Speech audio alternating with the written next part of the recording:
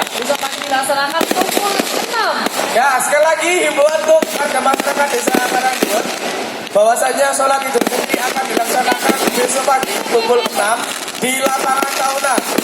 Untuk itu semua warga harus mempersiapkan diri agar tidak terlambat untuk datang menghadiri sholat Idul Fitri. Begitu Mbak Nur, gitu ya? Iya Mas. Oke, untuk itu kami bertiga, yang satu hilang gak apa-apa, lagi usung-usung, mengucapkan selamat untuk teman